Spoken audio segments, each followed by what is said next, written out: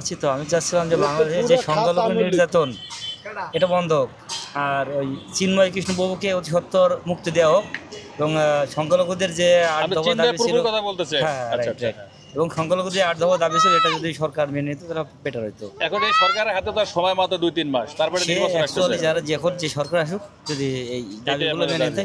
আচ্ছা, বুঝতে পারছি। তুমি যেই বলতেছিলা যে আওয়ামী লীগ তোমার ভোটার হইছো তুমি? আমি ভোটার হইছি না, আওয়ামী লীগ আইলে দেশটা আবার কেন তোমার কাছে আওয়ামী লীগ ভালো মনে হলো বলো? আওয়ামী লীগের সব কান্দা ভালো, আওয়ামী লীগ ছাড়া কিছু ভালো। একটা উদাহরণ দাও তো, তোমার কাছে কেন আওয়ামী লীগ ভালো লাগলো? একটা উদাহরণ দিল, আওয়ামী লীগ থাকতে বস্তা টাকা লাগছে না, বস্তা টাকা লাগতেছে, রাস্তায় একটা বস্তা উঠাইলে আওয়ামী লীগ আইলে ভালো। আওয়ামী লীগ এলে ভালো? হ্যাঁ, ভালো আছে। কেমন সরকার চান আগামী নির্বাচনে বলেন?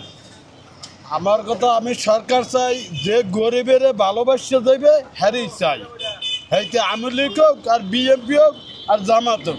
এখন ধরেন বর্তমানে আওয়ামী লীগ সরকার নেই, আওয়ামী লীগ সরকার যখন ছিল তখন আমরা রোডে ট্যাক্স দিই নাই, এখন বর্তমানে আমরা ট্যাক্স দিই। আমরা এদিকে মাছ কিনলে আমাকে ওই রোডে কোনে ৫০ টাকা লই যে একটা ড্যাক খালি রোডে তুইলে চাঁদাবাদি হয়েছে।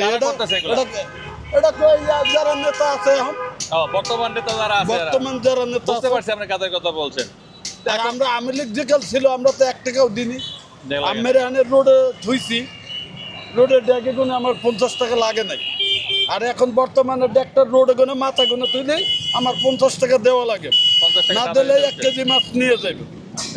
তো আমি কে আরে ভোট দিতাম? এখন যে অশান্তিতে আপনি আছেন, এই অশান্তি থেকে বের করতে পারবে কোন দল আগামী নির্বাচনে? হ্যাঁ, কার উপর ভরসা রাখবেন সামনে সংসদ আমি নির্বাচনে? ভরসা গরিবের যারা দুঃখের কথা বুঝবেন তাদের চাই। এখন আওয়ামী লীগ দেখছেন, বিএনপি দেখছেন, সামনে জামাত আর বিএনপি নির্বাচনে আছে। জামাত দেয়নি, বিএনপি দেখছি। বিএনপি ও দল তো সবসময় করি বিএনপি, হ্যাঁ বিএনপি করলেও এখন বর্তমানে তো আসার আগেই খারাপ। তারপর কি বলবো, ভোট দিবেন কারে সামনে নির্বাচনে বলেন? এখন হেডা বলতে পারি না কারে কি। বুঝতে পারছি। আচ্ছা, জানতে চাচ্ছিলাম দেশের খোঁজ খবর রাখেন, বর্তমানে দেশের কি অবস্থা, কিভাবে চলে? খোঁজ খবর তো অবশ্যই রাখি, আমি দেশের নাগরিক না। তো কি খোঁজ আছে আপনার কাছে দেশের? খোঁজ বলতে মাইমিসিং ধর্মঘট, পরিবহন ধর্মঘট চলতেছে, এনসিপি নেতা কর্মীরা গাড়ি ঘোরা বন্ধ করে দিছে, আবার ঢাকা শিক্ষক সমাবেশ চলতেছে, আবার বিভিন্ন জায়গায় বিভিন্ন ধরনের সমস্যা চলতেই আছে প্রতিনিয়ত। আচ্ছা, আরেকটা জিনিস জানার ছিল যে সামনে যেহেতু ফেব্রুয়ারিতে সংসদ নির্বাচন হবে, কেমন দল বা কেমন সরকার গঠন হলে বাংলাদেশের আশা আকাঙ্ক্ষা পূর্ণ হবে আপনাদের? বাংলাদেশের যে কোনো সরকারই আসুক, যে সরকার জনগণের স্বার্থে, প্রায় সরকারই তো জনগণের স্বার্থে কাজ করে না, নিজের পকেটের সাথে কাজ করে। এখন তো শুধু মারে আছে জামায়াত আর বিএনপি। মানুষের মানবিক দৃষ্টিকোণ থেকে যদি আপনি আপনার নিজের দৃষ্টিকোণ থেকে সমাজের পরিবর্তন না করতে পারেন, কোন সরকার এই দেশে সমাজ পরিবর্তন করতে পারবে না। আপনি কার উপর ভরসা রাখবেন সামনে নির্বাচনে? আমি আল্লাহর উপরে ভরসা রাখি, কোনো দলের উপরে ভরসা রাখি। ভোট দেবেন না? না, কোনো দলকে ভোট দেব না। ভোট না দেওয়ার কারণ? ভোট না দেওয়ার কারণ হলো সব হইলো চুরচুর টাকারে ভোট দিব।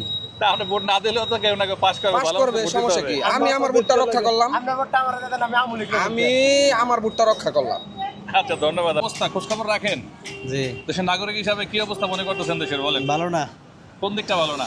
কোনো দিকই ভালো না। দুই একটা উদাহরণ।